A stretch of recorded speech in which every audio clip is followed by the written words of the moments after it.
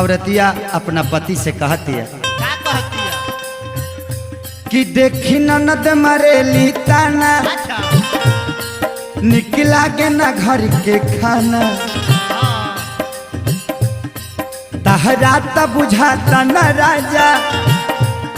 कैसे रहेली घर में जनाना ए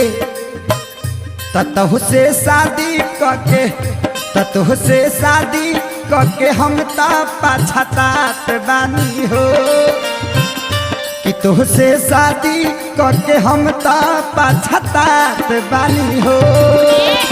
पापा के बोला के नैहर जात बानी हो ए राजा ए राजा